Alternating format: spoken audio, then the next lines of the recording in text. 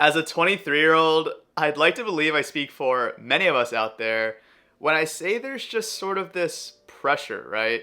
You know, to make your 20s the best years of your life. I mean, it also doesn't help that there's some book out there called The Defining Decade, Why Your 20s Matter, and it's also written by some clinical psychologist, so you know she's kind of serious about this thing. I mean, she could have at least done us all a favor and called it The Defining Half Decade, Why the Ages 25 to 30 Matter, you know, just to give us 22 and 23-year-olds a little bit more runway to figure out our lives. But props to Dr. J. She gives some great advice on how to approach different areas of life in your 20s, whether it be career, romantic relationships, mindset, and so on. And after reading the book, my main takeaways, I'll be honest, I didn't read the book. Because, let's be real, who in their 20s has time for that? I did read some summaries, watch some other 20-some-year-old YouTubers review the book, and having done all that, I really believe the entire book, all 272 pages, all 68,000 words, can be distilled down to just two. Live intentionally. In this video, we're gonna walk through what it means to live both intentionally and unintentionally, how the order of your priorities can help you live a more intentional life, and lastly, wrap up with a mental model you can use to start living more intentionally. Timestamps will be listed here, and by all means, feel free to jump around as you'd like. From my observation, it seems like living intentionally is this hot new phrase everyone is using to try and indicate or portray that they have life figured out. They know what they're doing, know where they're headed, but at the end of the day, who really does, right? So what exactly does everyone mean when they say live intentionally? I don't know either, so I looked it up, and intentionally, by definition, means on purpose with conscious intent. So essentially, knowing why and choosing to. But far too often, and far too many of us, don't. We don't know why we do certain things, nor do we actively choose to because we want to, and instead we live our lives running on this sort of autopilot mode, one in which we don't have to think, we can just go through the motions Monday through Friday, 9 to 5. There's nothing inherently wrong with running autopilot mode from time to time during certain tasks or activities, but the longer you leave autopilot mode running day in, day out, the more likely it will become your default mode. And all of a sudden, you're that person who, when asked, hey, how have you been? You reply, same old, same old. In my first job out of college, most of the people I worked with or saw in the office regularly were the same old type. They were only a few years older than me or even my age, but they all just sort of seemed dead inside. The scariest part, I was slowly becoming one of those people, and realizing that terrified me. I have a series of journal entries which I distinctly recall writing, and I thought I'd share with all of you because I really believe they encapsulate how I was thinking and feeling at the time. The first was on January 25th, 2022, and at the very top, it's crazy because I write, recognize what truly matters to you in life, that is wealth. Beneath that, I write, not much to write home about yesterday, just a typical day at the job, which honestly doesn't sit very well with me, being in an unsupportive, toxic, overworked culture. The following day, I write, putting yesterday up for review, again, not much to write home about, which is sad, honestly. I can't imagine 2 years of entries like this, only to try and convince myself or reconcile that it was all somehow worth it. Lastly, On the 27th, I write, yesterday, my gosh, each of these past few days has really been eh. Work really has an impact as I spend practically my entire working day doing something that gives me no joy or fulfillment.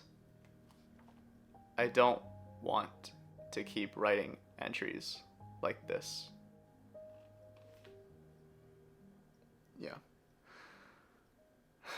As someone who's been through and honestly still is going through the slogs of corporate life, I've come to realize life becomes same old when we live unintentionally. When from the moment we wake up, flip on autopilot just to fast forward through the day. And obviously, if you're doing what you genuinely love for work, I'm overjoyed for you.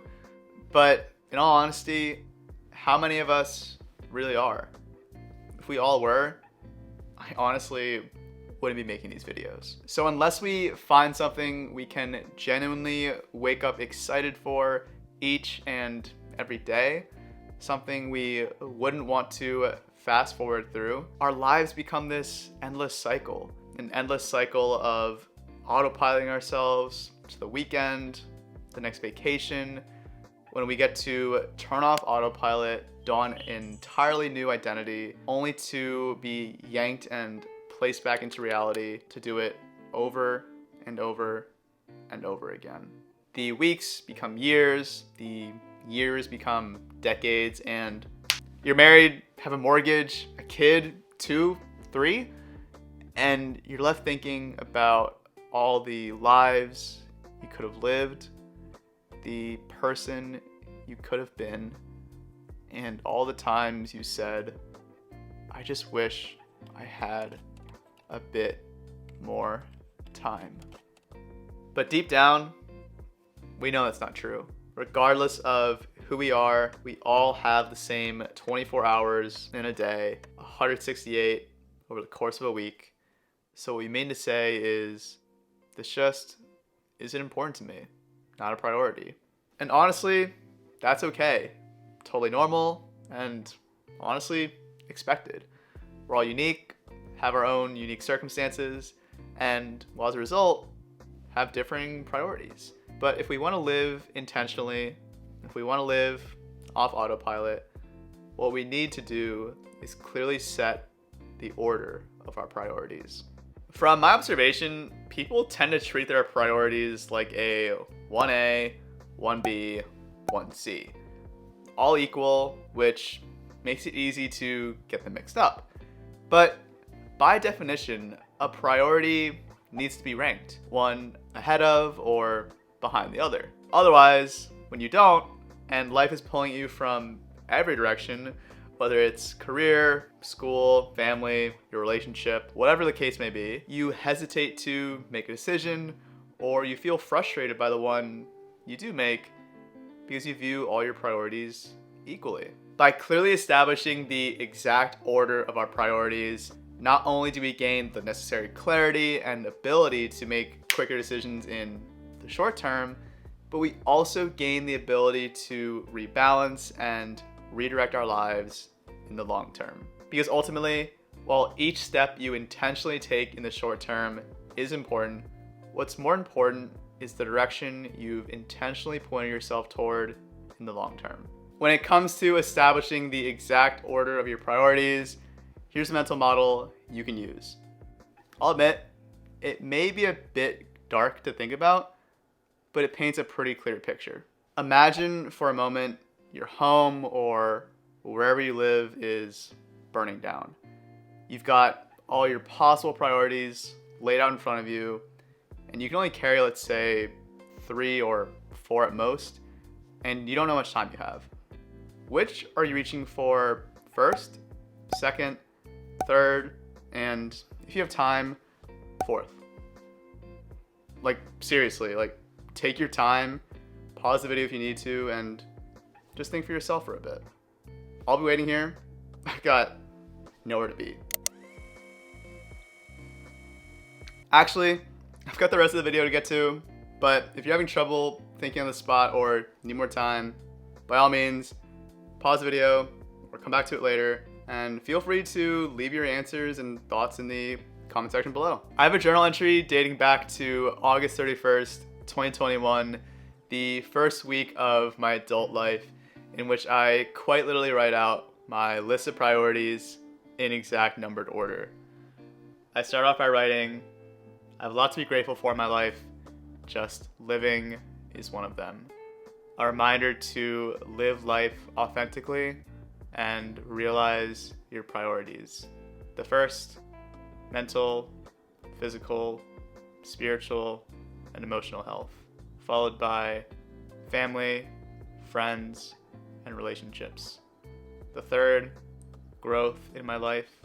Lastly, work and career. I need to remind myself of this when one area starts becoming a lot or overtaking the others. By having my priorities set and listed out in an exact numbered order allowed me to rationalize any types of decisions I had to make, and quite honestly, minimize the guilt and friction I would sometimes feel when choosing between a clear-cut goal and a spontaneous opportunity.